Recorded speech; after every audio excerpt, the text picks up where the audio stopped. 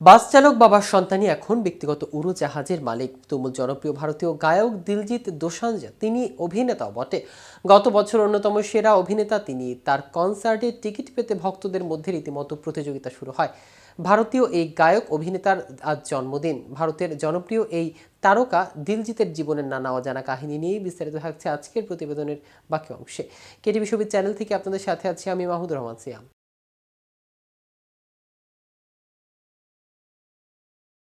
বাবা পেশায় একজন বাস চালক, তাই শৈশব কেটেছে আর্থিক অনটনে। পাঞ্জাবের ছোট্ট গ্রাম থেকে জীবন শুরু হয়, তারপর একটু একটু করে লড়াই করে এগিয়েছেন। আজ তিনি আন্তর্জাতিক তারকা। সারা দুনিয়ায় ছড়িয়ে আছে তার ভক্তরা। কখনো সিয়ার সঙ্গে জুটি বেঁধে গান গেয়েছে, কখনো আবার টেলর সুইফটের সঙ্গেও তার সম্পর্কের গুঞ্জন ছড়িয়েছে। দেশে বিদেশের মঞ্চে তার অনুষ্ঠানের ঝড় তোলেন অনুরাগীরা। পাঞ্জাবি গায়ক দিলজিৎ দোসাঞ্জের আজ 41 বছর পূর্ণ হলো। মাত্র 16 বছর বয়স থেকে স্থানীয় গুরুদ্বারায় গান গাইতে শুরু করেন দিলজিৎ। মাত্র 18 বছরের প্রথম উপার্জন তার।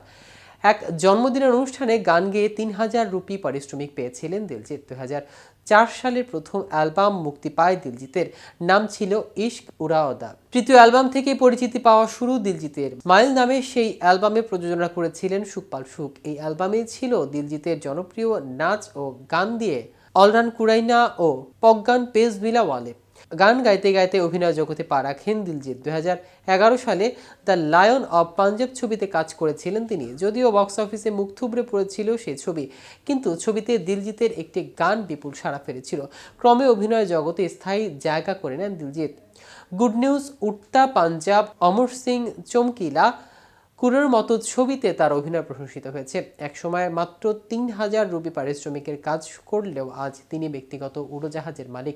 পাঞ্জাবি এই শিল্পী মোট 172 কোটি রুপির মালিক। গত বছরের ইমতিয়াজ আলীর অমর সিং চামকিলা ছবিতে অভিনয় করে 4 কোটি রুপি পারিশ্রমিক নিয়েছিলেন তিনি। এদিকে কয়েক মাস আগে দীর্ঘ 29 বছর বিবাহিত জীবনের ইতি টানলেন অস্কারজয়ী সঙ্গীত শিল্পী ও সুরকার এ.আর রহমান।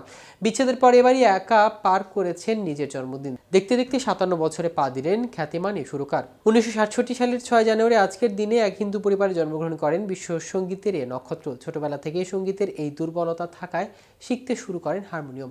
মায়ের ইচ্ছেতেই শুরু করেন সঙ্গীত চর্চা। তবে এর মাঝেই মাত্র 9 বছর বয়সে দিলীপের বাবা আর.কে শেখর মারা যান। বাবার মৃত্যুর পর কঠিন সময় পার করেন দিলীপ। পরিবারের সব সদস্যর ভার নেন তিনি। এরপর 1988 সালে 20 বছর বয়সে তিনি তার পুরো পরিবার ইসলাম ধর্ম গ্রহণ করেন। ক্যারিয়ারের প্রথম শুরু করেন শিশু শিল্পী হয়ে দূরদর্শনের ওয়ান্ডার বেলুন শোতে। সেখানে একসঙ্গে 4টি কিবোর্ড বাজিয়ে দর্শকদের নজরে পড়েন তিনি। এরপর 1992 সালে মণিরত্নম পরিচালিত একটি কফির বিজ্ঞাপনে জিঙ্গেলে কণ্ঠ দিয়ে তাক লাগিয়ে দেন এ.আর রহমান।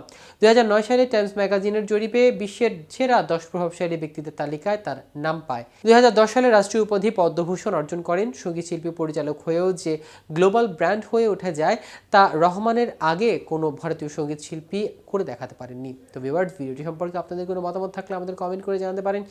সাথে সাথে নিয়মিত শোবিজ রিলেটেড আপডেট ও ইনফরমেটিভ ভিডিও পেতে কেটিভি শোবিজের সাথে থাকুন। ধন্যবাদ সবাইকে।